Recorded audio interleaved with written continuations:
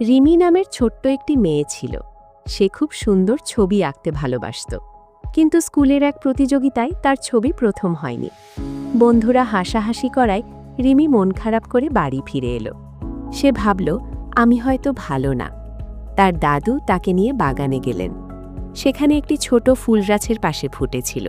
দাদু বললেন, দেখো রিমি, এই ছোট ফুলটা গোলাপের মতো বড় না, তবুও কত সুন্দর, কারণ সে নিজের মতো ফুটেছে। রিমি চুপচাপ ফুলটার দিকে তাকিয়ে রইল। সে বুঝল, অন্যের সাথে তুলনা না করে নিজের সেরাটা দেওয়াই আসল কথা। পরের বছর সে আবার চেষ্টা করল। এবারও প্রথম হয়নি, কিন্তু সবাই তার উন্নতি দেখে প্রশংসা করল। রিমি হাসল, কারণ সে বুঝে গেছে, সাফল্য মানে শুধু জেতা নয়, প্রতিদিন একটু একটু করে ভালো হওয়া। বন্ধুরা, এ ধরনের ভালো ভালো ভিডিও পেতে লাইক ও সাবস্ক্রাইব করে আমাদের পাশে থাকুন। ধন্যবাদ।